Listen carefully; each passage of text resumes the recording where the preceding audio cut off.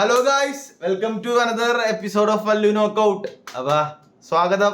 314 U 314 numbered event നമ്മൾ കുറെ ഇനിയിപ്പം ശരിക്കും പറഞ്ഞ ഡ്രൈ സീസൺ തുടങ്ങിയെന്നാണ് വിചാരിച്ചത്. പക്ഷേ കാർഡ് ഓരോന്ന് ഫൈറ്റ്സ് ഒക്കെ എടുത്തു നോക്കിയപ്പോ കുഴപ്പമില്ല. ഞാൻ ഇവനോട് ഇപ്പൊ പറഞ്ഞുള്ളൂ എനിക്ക് ഇൻട്രസ്റ്റഡ് അല്ലെന്ന്. പക്ഷെ ഓരോ ഫൈറ്റ് മെയിൻ കാർഡിലെ വായിച്ചപ്പോഴും ഇൻട്രസ്റ്റ് ലെവൽ കൂടുന്നു. അത്യാവശ്യം mid to good level card, good level അത്യാവശ്യം നല്ല കാർഡാണ്. അപ്പൊ ഈ എപ്പിസോഡ് ഒരു പ്യൂർ അനലറ്റിക് എപ്പിസോഡ് ആയിരിക്കും. മറ്റേ ട്രോൾസും വളിപ്പും കോമഡി അറ്റംപ്റ്റ് ഒന്നും ഉണ്ടാവൂല. പ്യൂർലി MMA ബേസ് അനലറ്റിക് ഒരു എപ്പിസോഡ് ചെയ്യാന്ന് വിചാരിച്ചു, ഫൈറ്റ് സ്റ്റൈല് മാത്രം. അപ്പൊ അധികം ഇത് ചെയ്യുന്നില്ല. നിങ്ങൾ സബ്സ്ക്രൈബ് ചെയ്ത് ലൈക്ക് ചെയ്ത് ഷെയർ ചെയ്ത് നിങ്ങൾക്ക് തോന്നണുണ്ടെങ്കിൽ ഫസ്റ്റ് നമുക്ക് മറ്റേ നന്മയും തിന്മയും തമ്മിലുള്ള ഫൈറ്റ് തുടങ്ങിയല്ല. നന്മയും തിന്മയും എന്ത് നെറേറ്റീവുകളല്ലേ, നന്മയും തിന്മയും അങ്ങനത്തെ രീതിയിലൊക്കെ പോയി. നമ്മുടെ ജോൺ സിൽവയും ബ്രൈസ് മിച്ചലും തമ്മിലുള്ള ഫൈറ്റ്, അത് ശരിക്കും പറഞ്ഞു കഴിഞ്ഞാൽ അയ്യോ അനലറ്റിക് എന്ന് പറഞ്ഞ വന്നിട്ടെ ഫസ്റ്റ് കോമഡി ആയി പോയല്ലേ. എന്റെ അഭിപ്രായത്തിൽ ജീൻസിൽ കൊന്നുകളയും ബ്രൈസ് മിച്ചല്ല. അല്ല, ഞാൻ ഈ ബ്രൈസ് മിച്ചല് നല്ല പേഴ്സണൽ ആയിട്ട് കാര്യങ്ങൾ എടുത്തിട്ടുണ്ട് ഈ ഫൈറ്റിന്റെ ഈ ബിൽഡപ്പ് ഒക്കെ. അപ്പൊ അതൊക്കെ നല്ല രീതിയിൽ ആ കഴിഞ്ഞ MMA ഗുരുവായിട്ടൊരു എപ്പിസോഡൊക്കെ ഉണ്ടായിരുന്നു, അതിനൊക്കെ പറയുന്നുണ്ടായിരുന്നു. ഡൂഡ് പൊസസ്ഡ് ആണ്, ജോൺസിലെ പൊസസ്ഡ് ആണ്, ആണ്, ഡെവിള് വിട്ടതാണെന്നൊക്കെ പറയണൊക്കെ ഉണ്ട്. ദൈവം എന്തൊക്കെയാണ് അവൻ നടക്കണേ. അല്ല, നമ്മളിപ്പോ ഫൈറ്റ് സ്റ്റൈലില് ആ KO ഇല്ലേ, ജോഷമ്മന്റെ KO, അത് ഞാൻ കഴിഞ്ഞ ദിവസം ഒന്നും കൂടി നോക്കി. ഇപ്പൊ ജോഷമ്മന്റെ ഫൈറ്റ് ഇന്നുണ്ടായപ്പോ ജസ്റ്റ് ഒന്ന് കണ്ട്. അങ്ങനത്തെ KO ഒന്ന് വന്ന് തിരിച്ച്. പക്ഷെ അതേപോലത്തെ KOനുള്ള ചാൻസ് ജോൺ സിൽവക്ക് ഉണ്ട്. അതാണ് പ്രശ്നം. ഇടി കൊള്ളാൻ നല്ല ചാൻസ് ആണ്. അങ്ങനത്തെ ഒരു സ്റ്റൈലാണ് ബ്രൈസ് മിച്ചലിന്റെ. ശരിക്കും പറഞ്ഞാൽ ബ്രൈസ് മിച്ചലിന്റെ ഫൈറ്റിനെ പറ്റി ശരിക്കും പറഞ്ഞാൽ ഫൈറ്റിനെ കൂടുതൽ പുള്ളി പറഞ്ഞ കാര്യങ്ങൾ, പുള്ളിയുടെ കുറച്ച് അഭിപ്രായങ്ങൾ പറയാനാണ് എനിക്ക് തോന്നുന്നത്. പക്ഷെ നമ്മൾ അതിലോട്ട് പോകണില്ല. ഈ എപ്പിസോഡ് അനലിക്കാൻ ഫൈറ്റ് ജഡ്ജ് ചെയ്യാനാണെങ്കിൽ എനിക്ക് ജീൻ സിൽവയുടെ pure wrestling ability, take down ability അത്ര വശമില്ല. നിനക്ക് ജീൻ സിൽവയുടെ റെസ്ലിംഗ് എബിലിറ്റിനെ പറ്റി വല്ല അഭിപ്രായം ഉണ്ടോ? അധികം ഷോ ചെയ്തിട്ടില്ല റെസ്ലിംഗ് സ്കിൽസ്. അങ്ങനെ പുള്ളി കൂടുതലും സ്ട്രൈക്കിംഗ് ആണ്. ജീൻ സിൽവ എന്ന് പറഞ്ഞ പുള്ളി സ്ട്രൈക്കറിൽ നമുക്ക് സ്പെഷ്യലായിട്ട് ഫീൽ ചെയ്യുന്ന ഒരാളാണ്. എന്താണെന്നറിയില്ല, അത് ഫൈറ്റ് നേഴ്സിൽ എല്ലാവർക്കും ഉണ്ട് എന്തോ ഒരു സ്പെഷ്യൽ എലമെന്റ്. പക്ഷേ ഇവന് എന്തോ ഒരു പ്രത്യേകത ഉണ്ട്. ഇവന്റെ പഞ്ചൊക്കെ എന്തോ എല്ലാവരും നോക്കൗട്ട് ആവും എന്നുള്ള രീതിയിലൊരു പഞ്ച് പോലത്തെ പഞ്ചറാണ്. അപ്പൊ എനിക്ക് ആകെ ഈ ഫൈറ്റ് കുഴപ്പം എനിക്ക് ജീൻ സിൽവയുടെ പ്യുവർ ടേക്ക് ഡൗൺ ഡിഫെൻസിബിലിറ്റി അറിയാൻ പാടില്ല. കാരണം ബ്രൈസ് മിച്ചലിന്റെ സ്ട്രോങ്ങസ്റ്റ് ഏരിയ എന്തായാലും റെസ്ലിംഗ് ആണ്. അപ്പൊ അടിയിലോട്ട് പോയ വല്ല അപ്സെറ്റ് വരുമോ എന്നൊന്നും എനിക്കറിയില്ല. പക്ഷേ ഞാനിപ്പോ ഇവിടെ നിന്നുകൊണ്ട് പറയണത് ഇതൊരു സ്ട്രൈക്കിംഗ് മാച്ച് ആയിരിക്കും. ജീൻ സിൽവക്ക് അത്യാവശ്യം ടേക്ക് ഡൗൺ ഉണ്ട്. ഫൈറ്റ് നേഴ്സ് അത്ര പൊട്ട ഡിഫൻസ് ഉള്ളവരായിരിക്കൂല. നല്ല ഡിഫറൻസ് ഉണ്ട്. ജീൻ സിൽവ നോക്കൗട്ട് ചെയ്യും. ഒരു പൊട്ടൻഷ്യൽ സ്റ്റാർ എൻട്രി വെക്കാൻ പോണെയാണ് എന്റെ അഭിപ്രായത്തില്. അല്ല, ബ്രൈസിന് ഇത് തന്നെ, ബ്രൈസിന് താഴെ സബ്മിറ്റ് ചെയ്യുക, അതാണ് ബ്രൈസിന് പക്ക. ഒരു ക്രൂസിഫിക്സ് പൊസിഷനിലിട്ട് TKO ചെയ്ത് കഴിഞ്ഞാൽ കലക്കും. മറ്റേ ഒരു പക്ക മറ്റേ മൈക്ക് ഡ്രോപ്പ് മൂവ്മെന്റ് ആവും ആ കറക്റ്റ് ഒരു ക്രൂസിഫിക്സ് ഇട്ട് കഴിഞ്ഞാൽ. സ്ട്രൈക്കിങ്ങില് ഇവര് നല്ല ഡിഫറൻസ് ഉണ്ടെന്ന് തോന്നുന്നു. ആ ജോൺസിലൂടെ ലാസ്റ്റ് KO ആണ് വരുന്നത്. മറ്റേ KO ഇങ്ങനെ പഞ്ച് ചെയ്ത് മറ്റേ നിലത്ത് വീണ് എന്നിട്ട് ഡൂഡിനെ നോക്കി നിന്ന് റെഫറി എന്താന്ന് കിട്ടാത്ത എന്നുള്ള രീതി. എന്നിട്ട് പിന്നെ താഴെ പോയി പിന്നെ ഗ്രൗണ്ട് അമൗണ്ട് ചെയ്ത് ഫിനിഷ് ചെയ്ത്. ഒരു സ്പെഷ്യൽ സ്ട്രൈക്കറാടാ. നല്ല ഡിഫറൻസ് ഉണ്ട്. KO ചാൻസ് ഉണ്ട്. പിന്നെ ഇനി അറിയില്ലട്ടാ, ജീൻ സിൽവ അടിയിലും മോൺസ്റ്റർ ആണോ, റെസ്ലിംഗിൽ അടിപൊളി take down defence anti wrestler ആണെന്ന് അറിയില്ലട്ടാ. അപ്പൊ കാരണം അത് ഷോ ചെയ്തിട്ടില്ല, അതിനുവേണ്ടി ഫിനിഷ് നടത്തിയില്ല, മിസ്റ്റേക്ക് ആണ്. അപ്പൊ അറിയില്ല, ആ ഒരു ഘടകം വെച്ചിട്ടുണ്ട്. പക്ഷെ ഇപ്പൊ നിക്കണേല് ബ്രൈസ് മിച്ചലി തോക്കും, ജീൻ സിൽവ KO ചെയ്യും. അതാണ് പ്രഡിക്ഷൻ. നെക്സ്റ്റ് പിന്നെ നമ്മുടെ ബെല്ലറ്റോറിൽ നിന്ന് വന്നേക്കണ പട്രിഷ്യോ പിറ്റ്ബുളും യായർ റോഡ്രിഗസും. നമുക്കറിയാല്ലേ പിറ്റ്ബുളിന്റെ ലെവൽ എന്താണെന്ന് ഈ ഫൈറ്റ് കൊണ്ട് അറിയാം. കാരണം യായർ റോഡ്രിഗസ് എന്ന് പറഞ്ഞ ഒരു ഗേറ്റ് കീപ്പർ. ഇപ്പൊ യായർ റോഡ്രിഗസിനെ തോപ്പിക്കുന്ന ആൾക്കാരൊക്കെ കണ്ടന്റർ ആവും. അങ്ങനെയാണ് 145 ഇപ്പോഴത്തെ ഇത്. ഒരു കണ്ടന്റർ ആണ്. അവൻ അത്യാവശ്യം ഒന്ന് നോക്കണം. അവനൊരു ചാമ്പ്യൻഷിപ്പ് ടൈറ്റിൽ അടിക്കാനുള്ള ചാൻസ് ഉണ്ട്, ടൈറ്റിൽ ഷോ കിട്ടാനുള്ള ചാൻസ് ഉണ്ട്. അതാണ് യായർ റോഡ്രിഗസിന്റെ ഇപ്പോഴത്തെ സ്ഥാനം. അത് നീ അംഗീകരിക്കണില്ലേ കിച്ചു? ശരിയാണ്. ഇപ്പൊ യായറ് നമ്മള് എന്താ പറയാ, മാക്സും യായറും അതൊരു കണ്ടന്റർ ഫൈറ്റ് ആയിരുന്നു. ആ ഫൈറ്റ് ഒക്കെ ഓർമ്മ. അപ്പൊ എപ്പോഴും യായർ എപ്പോഴും ആ ഒരു ലെവലിൽ തന്നെ നിൽക്കാറ്. അതിന്റെ ആ ഒരു പൊക്കത്ത് ആ ഒരു ടോപ്പ് 5 കിടന്ന് കളിക്കും. അപ്പൊ എപ്പോഴും യായറിന് ആ ഒരു റോള് പോയിട്ടില്ല. ഇപ്പോഴും ഇപ്പൊ പിറ്റ്ബുള് യായറിനെ തോപ്പിച്ച് കഴിഞ്ഞാൽ ആ ഒരു ടോപ്പ് 5 പോകാൻ പറ്റും പിറ്റ്ബുളിന് നൈസായിട്ട്. യായർ തോപ്പിച്ചു കഴിഞ്ഞാൽ യായർ അടുത്ത പോയി തോക്കുകയും ചെയ്യും. ഒരു വളർച്ചയില്ല, ഒരേ ലെവൽ അങ്ങാട് കരിയർ ഗ്രോത്ത് ഇല്ലാണ്ട് നമ്മ പെട്ടിരിക്കണില്ല, ഇപ്പൊ ഞാനൊക്കെ പെട്ടിരിക്കണ പോലെ. അപ്പൊ അതേപോലത്തെ ഒരു അവസ്ഥയാണ് നമ്മുടെ ഡാവിന് എനിക്ക് തോന്നിയത്. പിന്നെ ഫൈറ്റ് പ്യൂർലി ജഡ്ജ് ചെയ്യാനാണെങ്കിൽ എനിക്ക് തോന്നണ, എനിക്ക് പിറ്റ്ബുളിന്റെ കുറച്ച് ഫൈറ്റ് കണ്ടിട്ടുണ്ട്. പക്ഷെ ഈ യായറിന്റെ സ്ട്രൈക്കിംഗ് ഇല്ലേ, എനിക്ക് തൈക്കൊണ്ടോ ഫൈറ്റേഴ്സിന് ശരിക്കും ഒരു വിശ്വാസമില്ല. തൈക്കൊണ്ടോ ഒക്കെ ഫ്രോഡ്സ് ആണെന്ന് ഞാൻ വിശ്വസിക്കുന്നുണ്ട്. കാരണം തൈക്കൊണ്ടോ ചാമ്പ്യൻസ് അധികം ഇല്ല. പ്യൂർലി തൈക്കൊണ്ടോ മാത്രം ഒരാൾ ഇന്ന് മൊയ്ത്തെ ഫെറ്ററൊക്കെ ആയിട്ട് വന്നാൽ ഭയങ്കര ഡിസഡ്വാൻറ്റേജ് ആയിരിക്കും. പക്ഷേ തൈക്കൊണ്ടോ എന്നെ അതിനെപ്പറ്റി ചിന്തിപ്പിച്ച ഒരാളാണ് യായർ റോഡ്രിഗസ്. ചില സമയത്ത് പോക്കറ്റിന്റെ ഉള്ളിൽ നിന്നൊക്കെ സ്പിന്നിങ് കിക്കും 360 കിക്കൊക്കെ പെട്ടെന്ന് അടുത്ത് തോന്നിയിട്ടില്ലേ? ചില കിക്സ് ഒക്കെ കണ്ടിട്ട് അവൻ്റെ എങ്ങനെയും കിക്ക് ചെയ്യണമെന്ന്. അത് കിക്ക് മാത്രമല്ലല്ലോ, നമ്മുടെ മറ്റേ കൊറിയൻ സോമ്മിയുടെ ആ KO ഇല്ലേ, ആ എൽബോ ഒക്കെ, അതൊക്കെ എന്ത് ഇംപ്രൂവൈസേഷൻ ആണ് ആ സമയത്ത് ചെയ്തതെന്ന് പറഞ്ഞാൽ. പുള്ളിയുടെ മൈൻഡ് അങ്ങനെ വർക്ക് ചെയ്യണമെന്നാണ്, ഒരു ക്രിയേറ്റീവ് മൈൻഡ് ആണെന്നാണ്. ഇപ്പൊ നെയ്മർ ഇല്ലേ, നെയ്മർ ഫുട്ബോളിൽ ബ്യൂട്ടിഫുൾ ഡ്രിബിൾ ചെയ്യില്ല, അതേപോലെ ബ്യൂട്ടിഫുൾ മൊമെന്റ്സ് MMA കാണിച്ച് നമ്മളെ ഒന്ന് പെട്ടെന്ന് ഇങ്ങനെ അയ്യോ അങ്ങനെയൊരു ഫൈറ്ററാണ്. ഇപ്പൊ എപ്പോഴും ഒരു വാല്യൂ ഉണ്ട്. പിറ്റ്ബുൾ എന്ന് പറഞ്ഞാൽ പ്രൂവൺ ഫൈറ്ററാണ്, കുറെ ഇതാണ്. പക്ഷെ ഞാൻ പറഞ്ഞില്ലേ, നമ്മ ആരെവിടെ കളിച്ചാലും UFC വന്ന് മറ്റേ പൊരുതാണ്ട് നമുക്ക് അവരുടെ ലെവൽ ജഡ്ജ് ചെയ്യാൻ പറ്റില്ല. ഇപ്പൊ മൈക്കിൾ ചാൻഡലർ വലിയ ഡൈവ് 4-2 ആണ് UFC റെക്കോർഡ്, തോറ്റി. പക്ഷെ എല്ലാം എക്സൈറ്റിംഗ് ഫൈറ്റ് ആണ്. അപ്പൊ ഈ ഫൈറ്റ് കഴിഞ്ഞാൽ ജഡ്ജ് ചെയ്യാം. എനിക്ക് തോന്നണ പിറ്റ്ബുൾ ജയിക്കുമെന്നാണ്. ഞാൻ പിറ്റ്ബുളിന്റെ ഹൈലൈറ്റ്സ് കണ്ടേക്കണതും ഈ യായർ റോഡ്രിഗസ് ഞാൻ പറഞ്ഞില്ലേ, എനിക്കൊരിക്കലും ഒരു ചാമ്പ്യൻഷിപ്പായിട്ട് കാണാൻ പറ്റിയിട്ടില്ല. പുള്ളി അവർ ലെവലിൽ നിൽക്കണേ. യായറിനെ തോപ്പിക്കണവര് ചാമ്പ്യൻഷിപ്പ് ഫൈറ്റിലോട്ട് പോകും, അല്ലെങ്കിൽ കണ്ടന്റർ ആവും. അങ്ങനെ എനിക്ക് തോന്നിയിട്ടുണ്ട്. ഗേറ്റ് കീപ്പറിന്റെ സ്ഥാനമാണ് യായറിന് കൊടുത്തേക്കണം. അതുകൊണ്ട് ഞാനിപ്പൊ ഇത്ര നാൾ വെച്ചുകൊണ്ട് പറയാണ് പിറ്റ്ബുൾ ജയിക്കാനുള്ള സാധ്യത. ഞാൻ പറഞ്ഞില്ലേ, എനിക്കറിയില്ല പിറ്റ്ബുളിന്റെ ലെവൽ, കാരണം UFC ഒന്നും ലെവൽ മനസ്സിലാക്കാൻ പറ്റുള്ളൂ എന്ന് വിശ്വസിക്കുന്ന ഒരാളാണ് ഞാൻ. അപ്പൊ ഞാൻ ഇപ്പൊ പിറ്റ്ബുളിനെ പറയാണ്, പക്ഷെ സ്റ്റിൽ ഡൗട്ടോടെ, സംശയത്തോടെ. നിന്റെ ഈ പിറ്റ്ബുള് നമ്മുടെ ചാനലറിനൊക്കെ ചെയ്തിട്ടുള്ളതാണ്. പക്ഷെ അത് തിരിച്ചും കൊടുത്തിട്ടുണ്ടാ. അവര് തമ്മിൽ കുറെ ഫൈറ്റ് ഉണ്ടായിട്ടില്ലേ, 2 ഫൈറ്റ് ഉണ്ടായിട്ടില്ലേ, കുറച്ച് ഉണ്ടായിട്ടില്ലേ. അവരും പിന്നെ അവന്റെ ബ്രദറും തമ്മിൽ ഇതിന്റെ ഇടയിൽ വന്നിട്ടുണ്ടെന്ന്, ഇവര് ട്രയാങ്കിൾ കളിച്ചിട്ടുണ്ടെന്ന് കുറച്ച്.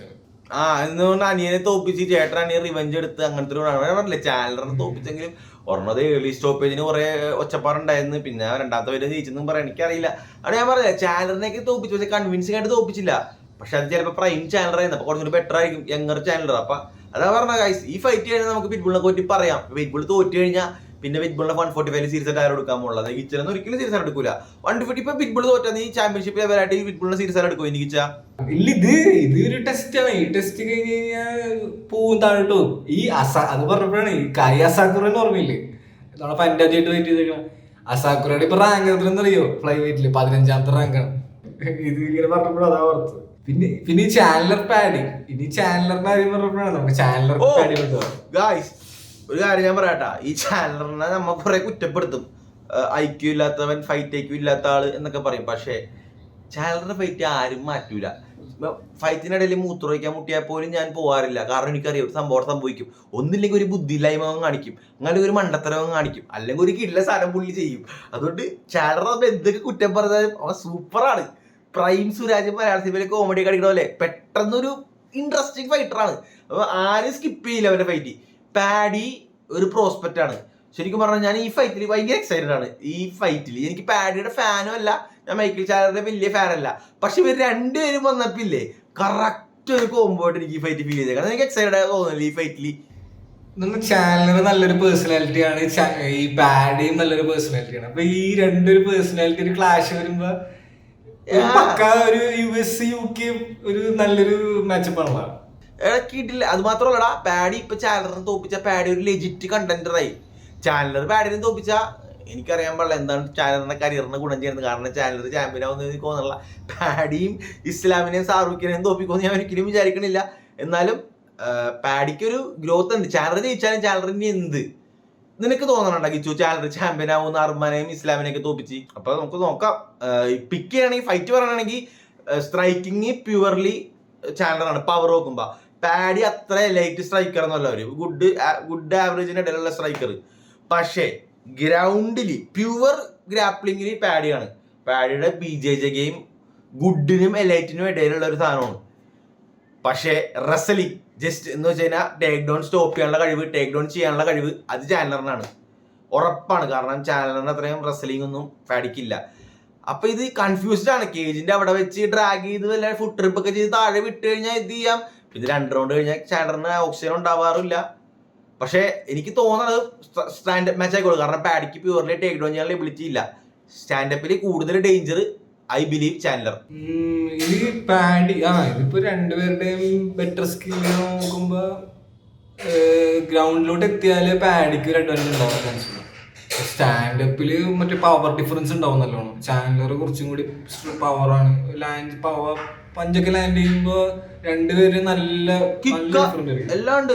ചാൻഡലറിന് കിക്കിനും പവർ ഉണ്ട്, പഞ്ചിനും പവർ ഉണ്ട്. അത് പറയണോട്ടോ ചോദിച്ചു.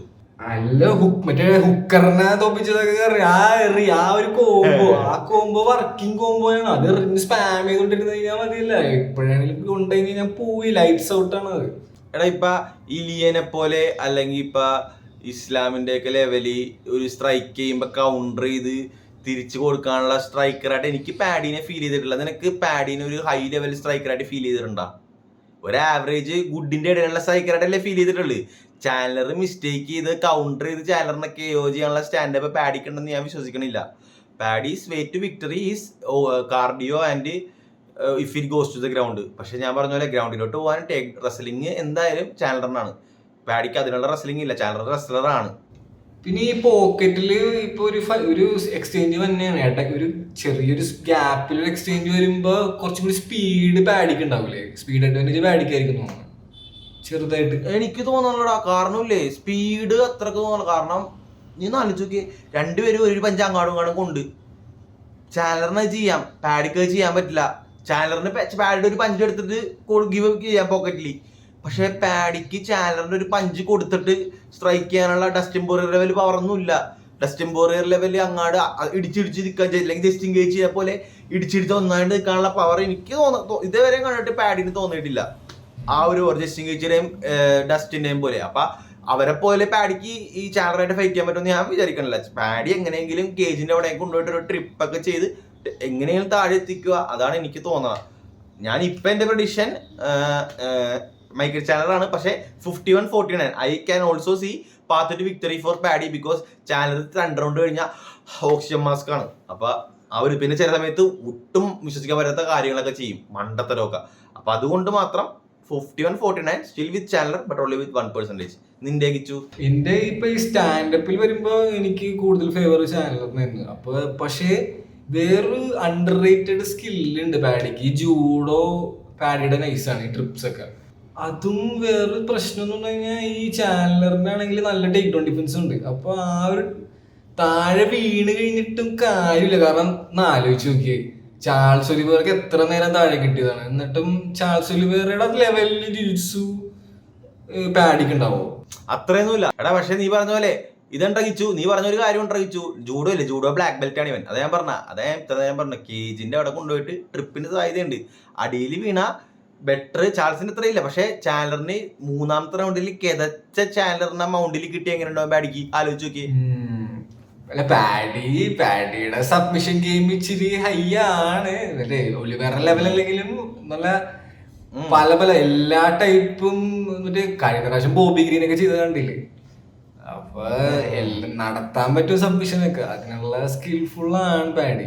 എനിക്ക് പാഡി കേൾക്കണമെന്നുണ്ട്. കാരണം എനിക്ക് ഈ പേഴ്സണാലിറ്റി, പാഡിയുടെ പേഴ്സണാലിറ്റി നൈസാണ്. ഈ ലൈറ്റ് വെയിറ്റിൽ ഇങ്ങനത്തെ കുറച്ച് എലമെന്റ്സ് ഒക്കെ കൂടി വന്നു കഴിഞ്ഞാല് ചാനലർ ഈ കിടന്ന് പൊറിയറിനെ ജസ്റ്റിനെയൊക്കെ പിന്നെയും ഫൈറ്റ് ചെയ്ത് ആ ഒരു ഇതിലോട്ട് പോയിക്കൊണ്ടിരിക്കുകയാണ്. പാഡിയും കൂടി ഒന്ന് പാഡിക്ക് ചാമ്പ്യൻ ആവില്ല ഒരിക്കലും. പക്ഷെ ആ ഒരു പൊക്കത്ത് കുറച്ച് ബാക്ക് ആൻഡ് ഫോർത്ത് ഒക്കെ ഉണ്ടാക്കാൻ പറ്റിയൊരു പേഴ്സണാലിറ്റി ആയ പാഡി ജയിച്ചാൽ കൊള്ളാന്നുണ്ട് എനിക്ക് ഒരു കാര്യം കാണണ്ടിരുന്നോ നിൽക്കുക. ചാനലറെ കണ്ട് ജയിച്ചിട്ട്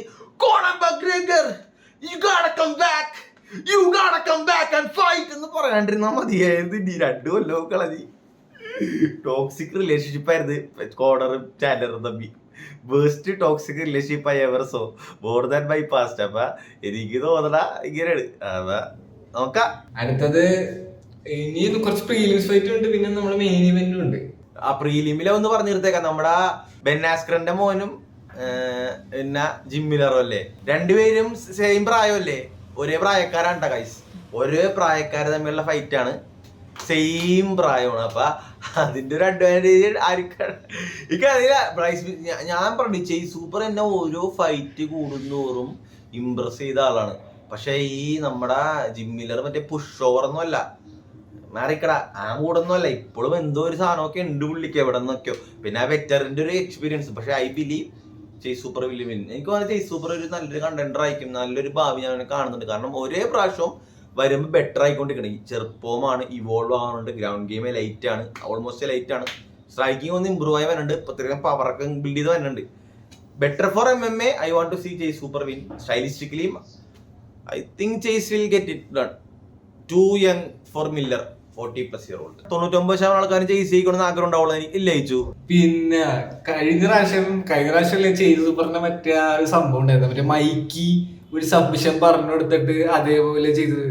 അത് ചെയ്ത് സൂപ്പർ ആയിരുന്നില്ലേ. അപ്പൊ പുള്ളിക്ക് എപ്പോഴും സബ്മിഷൻ ഗെയിമില് പുള്ളി വേറെ ലെവലായിക്കൊണ്ടിരിക്കുകയാണ്. ചെയ്ത് സൂപ്പർ പുതിയ പുതിയ ലെവൽസ് കൊണ്ടുവരും. അപ്പൊ വെറ്ററൻസ് ഒക്കെ ചെറുതായിട്ടൊന്ന് മാറി എന്നിട്ട് ജുജുത്സു ഇല്ലേ MMA അടിപൊളിയായിട്ട് ഇംപ്ലിമെന്റ് ചെയ്തേക്കുന്ന ഒരാളാണ്. അപ്പൊ ചേസിന്റെ ഒരു 32 വയസ്സൊക്കെ ആകുമ്പില്ലേ ചേസിന്റെ ഗ്രാപ്ലിംഗ് ലൈറ്റ് ആയിരിക്കുള്ളൂ. ഇനി വെറ്ററൻസ് ഒക്കെ മാറിയിട്ട് യങ് പ്രോസ്പെക്ട്സുകളൊക്കെ ഇനി ലൈറ്റ് വെയിലോട്ടൊക്കെ ഇറങ്ങുകയാണ്.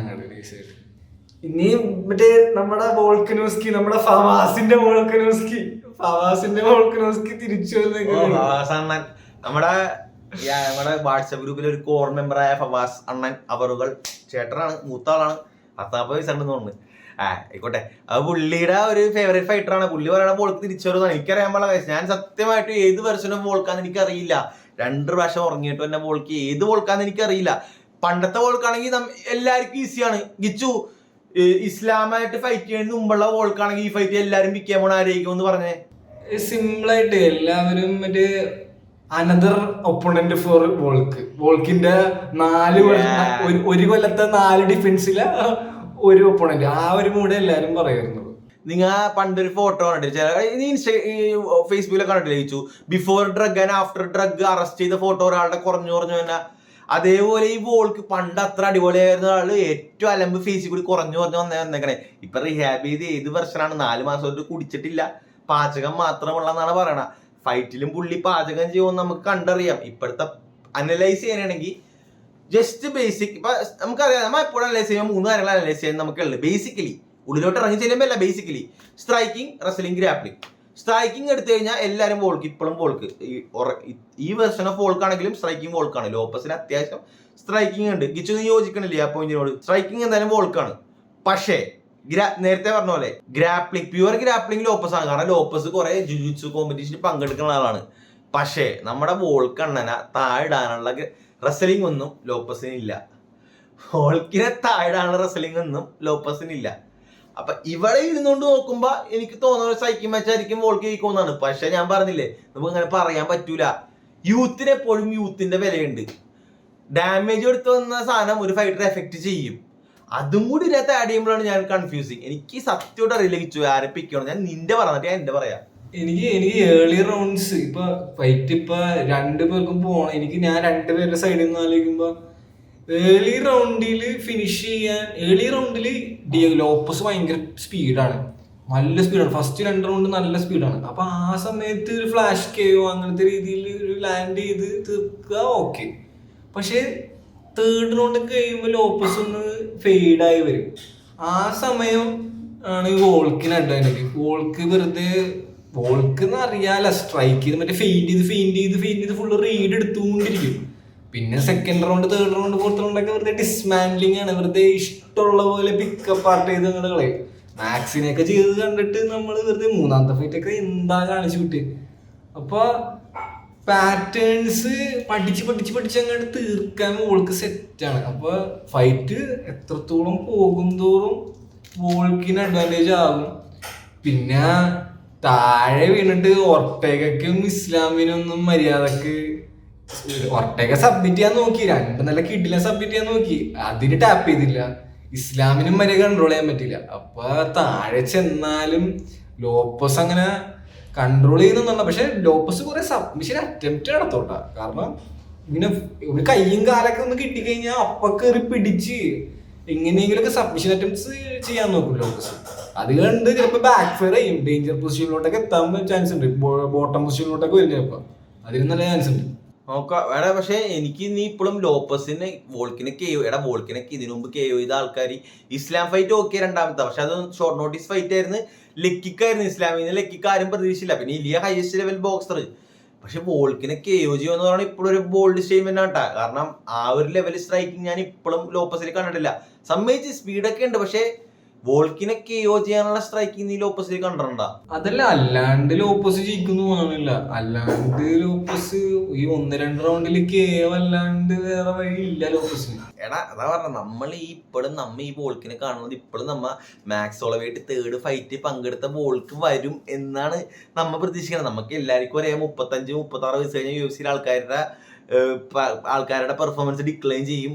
2 KO ചെയ്യുന്ന ഒരാൾ ഒരിക്കലും പഴയ ഇതിലോട്ട് വരൂല. ആ ഫാക്ടർ കൺസിഡർ ചെയ്യുമ്പോഴാണ് നമ്മൾ ഓപ്പോസിന് ഒരു ചാൻസ് തന്നെ. മനസ്സിലായ എന്റെ പോയിന്റ് അതാണ്. പഴയ വോൾക്കിനെ വെച്ചാണ് നമ്മൾ ഇപ്പോഴും കൺസിഡർ ചെയ്യണം. പക്ഷെ അല്ലടാ, 36-37 വയസ്സാകുമ്പോൾ ഒരാൾ ഡിക്ലൈൻ ആവും. അത് ഫാക്റ്റാണ്, പ്രൂവൺ ആണ്. ഞാനിപ്പോ ഇവിടെ ഇരുന്നുകൊണ്ട് പറയണതല്ല, നിങ്ങൾ ഒരാളുടെ കരിയർ എടുത്ത് നോക്കിയാൽ മതി. അപ്പൊ അതുകൊണ്ട് ചാൻസ് ഉണ്ട്. പക്ഷെ ഇപ്പോഴും ഞാൻ സ്റ്റിൽ ഗോ വിത്ത് വോൾക്ക്. ഇതുപോലെ 1%. എനിക്ക് 60% വോൾക്കാണ്. എനിക്ക് പിന്നെ ഇതിന്റെ പുറകില് വേറൊരു മെന്റാലിറ്റി, ഒരു സൈക്കോളജിക്കൽ പാർട്ടും കൂടി ഉണ്ട്. കാരണം വോൾക്ക് പറഞ്ഞൊരു സംഭവം ഉണ്ട് കേട്ടോ. ഈ സാധാരണ ഫൈറ്റേഴ്സ് ഒക്കെ ഫൈറ്റിങ് കഴിഞ്ഞാൽ പിന്നെ എന്ത്, അതൊരു ക്വസ്റ്റ്യൻ മാർക്കാണ് അവർക്ക് എപ്പോഴും. അപ്പൊ ഈ 2 KO കഴിഞ്ഞ് കഴിഞ്ഞപ്പോഴേക്കും വോൾക്ക് ബ്രേക്ക് എടുത്തല്ല. അപ്പൊ ബ്രേക്ക് എടുത്തപ്പോ പുള്ളിക്ക് മനസ്സിലായിരുന്നു, ഇപ്പൊ ഞാൻ ഫൈറ്റ് ചെയ്യണില്ലേലും എനിക്ക് ചെയ്യാനുള്ള കാര്യങ്ങൾ എന്തൊക്കെയാണ്, അതിനെക്കുറിച്ചൊക്കെ പുള്ളിക്കൊരു പ്ലാൻ കിട്ടി, അതിനെക്കുറിച്ചൊക്കെ ഒരു ഐഡിയ കിട്ടി. അപ്പൊ പുള്ളി പറഞ്ഞു, ഇനിയിപ്പോ ഫൈറ്റിങ് എനിക്ക് സുഖമായിട്ട് നോക്കാം, കാരണം എനിക്ക് ഫൈറ്റിങ് കഴിഞ്ഞിട്ടുള്ള പ്ലാൻ എനിക്ക് ഓൾറെഡി ഉണ്ട്. അപ്പൊ അതൊരു മെന്റാലിറ്റി ബൂസ്റ്റർ ആണ് ചെറുതായിട്ട്. എടാ പക്ഷെ അതിനൊരു നെഗറ്റീവ് പോയിന്റ് ഉണ്ടായിച്ചു. ഇതിനെ ഞാൻ പറയും, ഓൾറെഡി ഒരു കുഴി കാലിൽ നീട്ടിയിരിക്കണം എന്ന് പറയും. നമ്മൾ വയസ്സായ ആൾക്കാരെ പറയില്ലേ കുഴി കാലിലോട്ട് നീട്ടിയിരിക്കണമെന്ന്. He already has 1 foot out the door എന്ന് വേണമെങ്കിൽ പറയാം. മനസ്സിലായ? ഇപ്പൊ ആ ഒരു ഞാൻ വിചാരിക്കണ ഇങ്ങനെയാണ് വിചാരിച്ചത്, ഈ ഫൈറ്റ് തോറ്റ വോൾക്കിന്റെ കാര്യം കഴിഞ്ഞു. കാരണം ഇന്ന് മറ്റേ വോൾക്കിന്റെ ഫാൻ ഫൈസൽ പറയണ്ടേ, ഈ ഫൈറ്റ് തോറ്റു കഴിഞ്ഞാൽ വോൾക്ക് കമന്ററി പോകും. പക്ഷെ വോൾക്കിന് ബാക്കപ്പ് ഉണ്ട്, കുക്കിംഗ് ചാനൽ ഹിറ്റാണ്, ജീവിതകാലം മൊത്തം ജീവിക്കാനുള്ള ഫൈറ്റ് കിട്ടും. പിന്നെ അനലിസ്റ്റ് ആയിട്ട് വോൾക്കിന് ജീവിതകാലം മൊത്തം വർക്ക് ചെയ്യാൻ പറ്റും. അപ്പൊ he's financially set four life. But ഞാൻ പറഞ്ഞില്ലേ, ഈ ഒരു ഹങ്കർ ഇപ്പൊ വോൾക്കാ പറഞ്ഞതിൽ ഒരു ഹങ്കർ എനിക്ക് ഫീൽ ചെയ്തില്ല. കിച്ചൻ ഇപ്പൊ നല്ല പോയിന്റ് ആയിട്ട് പറഞ്ഞെങ്കിൽ എനിക്കൊരു ഹങ്കർ ഫീൽ. ഇപ്പൊ ഐ വാണ്ട് ദിസ് സെക്കൻഡ് ഫൈറ്റിൽ ഇസ്ലാമിന്റെ ഫൈറ്റിന് വന്ന വോൾക്കിന്റെ മൈൻഡ് സെറ്റ് എന്ന് പറഞ്ഞാൽ എങ്ങനെ ഇവൻ ജയിച്ചിരിക്കണമെന്നായിരുന്നു. ഇതിപ്പോ എനിക്ക് വേറെ ഇതുണ്ട്, തോറ്റാലും കുഴപ്പമില്ല എന്ന് പറയുമ്പോ I feel like you already have 1 foot out the wall, is not hungry anymore എന്ന് എനിക്ക് തോന്നി കേട്ടോ സത്യം പറഞ്ഞ. ഇത് എല്ലാ 2 സൈഡും നമുക്ക് 2 രീതിയിൽ ഇന്റർപ്രിറ്റ് ചെയ്യാം. എടാ പിക്ക് ചെയ്യണാരെന്ന് പറഞ്ഞ എനിക്ക് 60-40 വോൾക്ക്. ഓ അത്രയും കൊടുത്തല്ലേ? ഞാൻ 50 കൊണ്ട് കൊടുത്തുള്ളൂ കേട്ടാ. എനിക്ക് നമ്മൾ റിഡംഷൻ ആർക്കൊന്നും കുറെ നാളായിട്ട് പറഞ്ഞു തുടങ്ങി, കാരണം ഇങ്ങനെയെങ്കിലൊക്കെ വോൾക്കൊന്നും ജയിക്കണം. എനിക്കൊരു ബാഡ് ഉണ്ട് ഗൈസ്. തോറ്റ വോൾക്ക് അനൗൺസ് ചെയ്യണ സമയത്ത് വോൾക്കിന്റെ മുഖത്തോട്ടൊന്നും നോക്കാൻ എനിക്ക് പറ്റൂല. കാരണം മനസ്സിലായ, വോൾക്കിനെ എല്ലാവർക്കും ഇഷ്ടമുള്ള ഫൈറ്ററാ, ആർക്കും ഹെയ്റ്റ് കുറവായുള്ള ഫൈറ്ററാ. ഹെയ്റ്റ് ചെയ്യാൻ പറ്റൂല, ഹെയ്റ്റ് ചെയ്യാനൊന്നും ഇല്ല അയാൾക്ക്. ഹെയ്റ്റ് ചെയ്യാൻ ഒരു കാരണം വേണ്ടേ, അതില്ലാത്ത ഒരാളാണ്. അപ്പൊ അറിയില്ല, വോൾക്ക് തോറ്റു കഴിഞ്ഞാൽ എനിക്കത് അക്സെപ്റ്റ് ചെയ്യാൻ പറ്റില്ല. പക്ഷെ ലോപ്പസ് ജയിച്ചാലും എനിക്ക് മനസ്സിലാക്കാം. പക്ഷെ ലോപ്പസ് ജയിച്ചു കഴിഞ്ഞാലും ഇവിലോവായിട്ട് തോക്കുമെന്നൊക്കെ എനിക്ക് തോന്നണം. നോക്കാം, കണ്ടറിയാം കോശി ഗൈസ്. അപ്പൊ ദൈവത്തോട് സബ്സ്ക്രൈബ് ചെയ്യട്ടാ. കുറച്ച് ഡ്രൈ സീസൺ ആണ് വന്നത്. സബ്സ്ക്രൈബേഴ്സ് വേണം ഞങ്ങക്ക്. ചൗ ചൗ.